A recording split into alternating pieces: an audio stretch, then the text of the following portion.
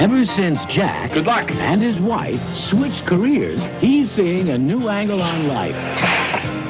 What? She's gonna blame it on you now. You threw me at him. A new angle on love. Did I tell you?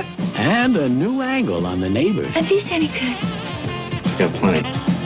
Michael Keaton and Terri Garr in Mr. Mom, a mother of a comedy. Rated PG.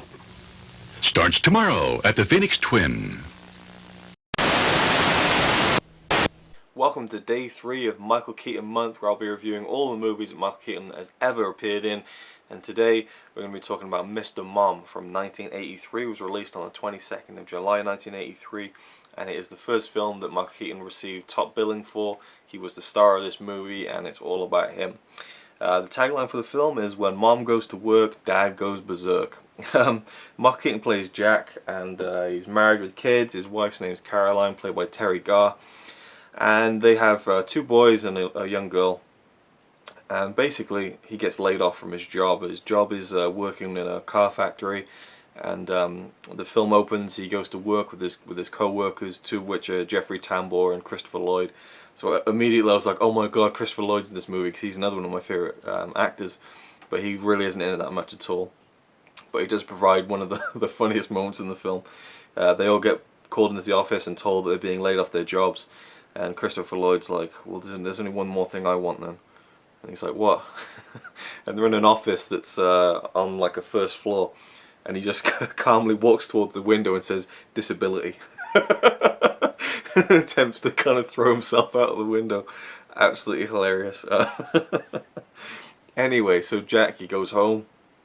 And he hasn't got a job, you know, and he's trying to, go to interviews and stuff. But Caroline says maybe I should go back to work, and she finds a job in advertising, which she used to specialize in, and she quickly becomes quite successful at that, and she comes up with some ideas that the firm like, and unfortunately for her, not really her boss, I don't think, but kind of her higher up, Ron, played by Mull, who has been in quite a lot of stuff. I remember him mainly from Sabrina the Teenage Witch.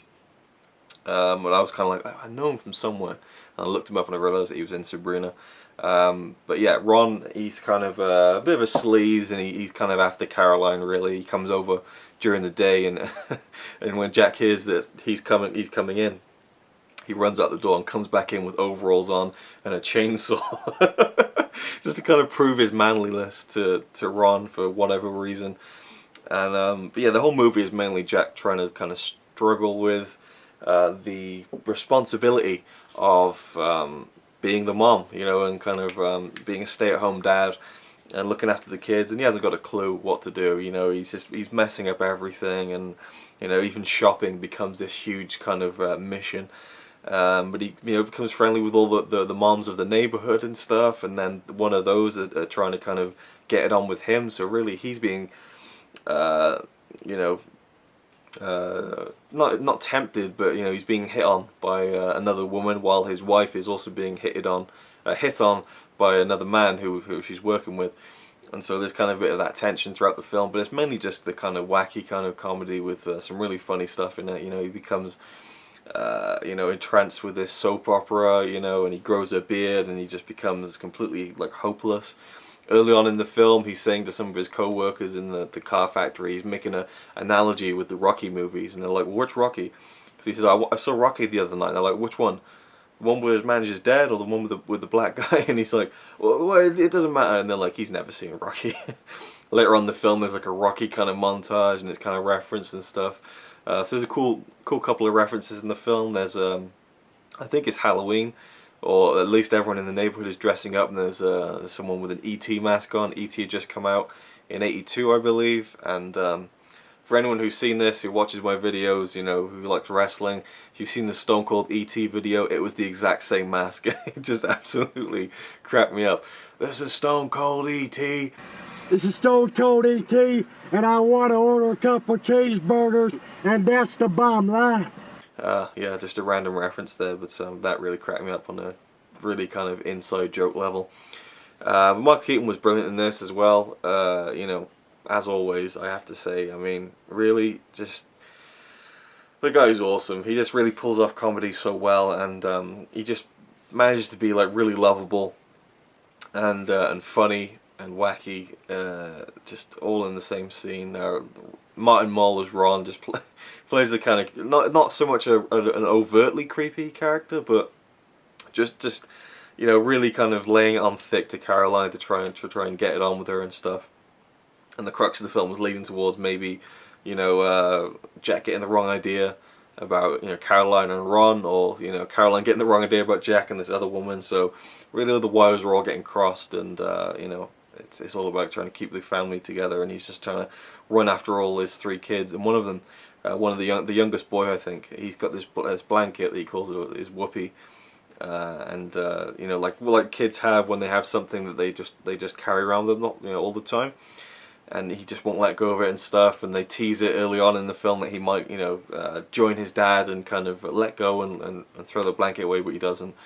And Jack kind of has a heart to heart with his son, and he's like, look, you need to you know, to stop, you know, carrying that around now. And the kid's like, no chance. And he's like, and this is my favorite scene in the film, I think, and he's like, how about you just give it to me for a couple of days and just see how you get on without it? And the kid kind of just looks down and just very slowly kind of relinquishes it. And Michael Keaton's like, you got guts, kid. And the kid goes, can I have a moment to myself?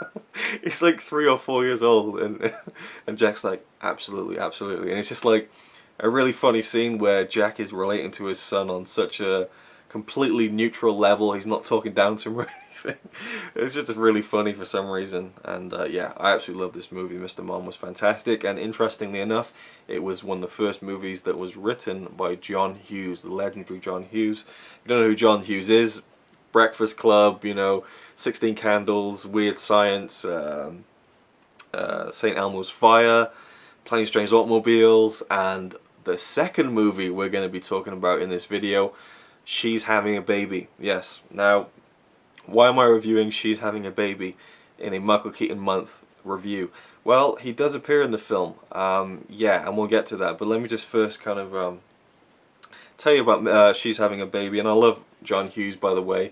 And this is one of the last films that he directed. When he wrote Mr. Mom, he hadn't directed a film yet. But certainly he was kind of, you know, on the cusp of really creating some amazing kind of movies, for sure. Now, She's Having a Baby came out in 1988, the 5th of February 1988, not long before I was born. Tagline is a comedy about the labours of love. So yeah, it stars Kevin Bacon and Elizabeth McGovern as Jack and Christy Briggs. The film opens with their marriage. They're young and they're in love and they're getting married. And there's a brilliant scene with Kevin Bacon and Alec Baldwin, who plays his best friend Davis. And they're in the car outside the church, and Davis is like, you know, you can blow this wedding off, man. We'll just drive now. We'll just go. And he's, you know, Kevin Bacon, he's kind of umming and ahhing about it, but he eventually does it. And then we basically see, and I forget their characters' names again. I just don't want to get them wrong. We basically see Jake and Christy throughout the years as they become a young couple. They get married, they get a house, the trials and tribulations of their relationship.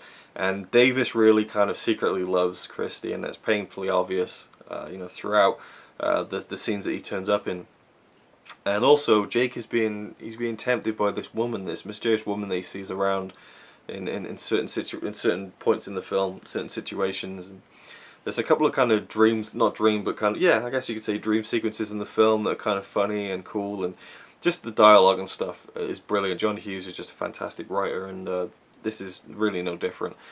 And I really enjoyed it. It wasn't up there with his best. It was not up there with, like, you know, Planes, Trains, Automobiles, Breakfast Club, Ferris Bueller's Day Off, another film he made. But it was definitely a kind of more, I don't know, because a lot of his films are teen comedies, you know, like Breakfast Club, Ferris Bueller, and then Planes, Trains, Automobiles is kind of an older kind of sensibility to it, but still very funny. And this one's kind of in the middle, you know, that kind of young couple, I guess you could say, in their 20s kind of feel to it. I really enjoyed it, and there was a great scene at the end that really started off with the kind of this music that made me think, oh, this is getting a bit cheesy and a bit icky. But then this moment came in, and I was like, it got me, it hooked me. and I got quite emotional. It was a very effective scene. It was a montage, and yeah, they got me with it. It was really, really effective. And there's a great scene, a fantastic scene with Christy and Davis in it that I thought was brilliant. And I thought Alec Baldwin did a great job in that scene as well. Kevin Bacon was good too, a young Kevin Bacon, interesting to see. And yeah, overall, She's Having a Baby, I really liked it. I know it's not seen as a great film, or even a great John Hughes film, but I personally loved it. Now, some trivia about the film is that this movie was filmed at the same time as Plane, Trains and Automobiles, another movie that John Hughes wrote and directed. I think it came out afterwards, I'm not sure, maybe before. I'll check it out before we finish the video. And also at the same time, The Great Outdoors was being made, which was written by John Hughes. That starred Dan Aykroyd and John Candy. I love that film as well. So yeah. Very interesting. Now, this is why I reviewed this film. During the credits of the film, we get this great, really well edited sequence alongside the credits of, you know, the Jake and Christy. Oh, I didn't even mention it. Of course, she gets pregnant, and all the struggles and the things that go on in his head and her head about that, you know, being pregnant, having a baby. But I have to say, for a film called She's Having a Baby, she didn't get pregnant, or even the subject of having kids didn't come up till at least an hour into the movie, I think. So, you know, we knew it was happening, so I don't know why it didn't get to that point earlier, but it never felt to me like it was a cop-out because of it. But, you know, it's obvious at the end, you know, she has the kid, and so they're trying to name the baby, and they're like, well, what should we name it? And then we just see all characters from the movie talking to the camera as if they're being interviewed, giving their thoughts on names. And they give multiple names, and then we see other different characters that are not in the movie but in other things, like Ted Danson and Woody Harrelson and Kirstie Alley from Cheers. We get to see Dan Aykroyd and John Candy's characters from The Great Outdoors give some baby suggestion names. We get to see Bill Murray from Scrooged do some baby suggestions. And Michael Keaton, yes. And he's in the film for a grand total of like 1.9 seconds, so it really wasn't even worth it. But yeah, I just had to do it to be completely completist and OCD, and I think his suggestion is Jasper. And that's it, that's literally it, and it's like, oh my god, it was worth watching because I hadn't seen, but ultimately disappointing. But I knew it was a very short segment in the credits. We also see Ferris Bueller throw in his 2 cents, so yeah. Very, very interesting, well, I would say not interesting actually, but you know, hey, I reviewed a movie that Michael Keaton appeared in, and that's what this was really all about. So I'll just find out for you when Trains, Planes and Automobiles came out. It's not really that consequential, but yeah, it came out in '87, so they filmed around the same time. But yeah, I think I remember Kevin Bacon's in the opening of Plane, Trains and Automobiles, because they were doing She's Having a Baby around the same time. So yeah, anyway, thank you for watching. Excuse me, losing my voice because I've been talking so fast, and I really want to keep this video as short as possible considering it's a two for one. Thank you for watching, and go check out those movies if you haven't seen them. Mr. Mom is great. I'd always heard about it, knew that Michael Keaton was great in it and one of his kind of defining comedy roles, but I'd never seen it, so I'm glad I finally have. I can't get my voice to come back. Okay, I think we're good. Okay, and She's Having a Baby, really great. Not that really related to Michael Keaton, but there you go. Thank you for watching, and join me tomorrow for some more Michael Keaton reviews. Thanks.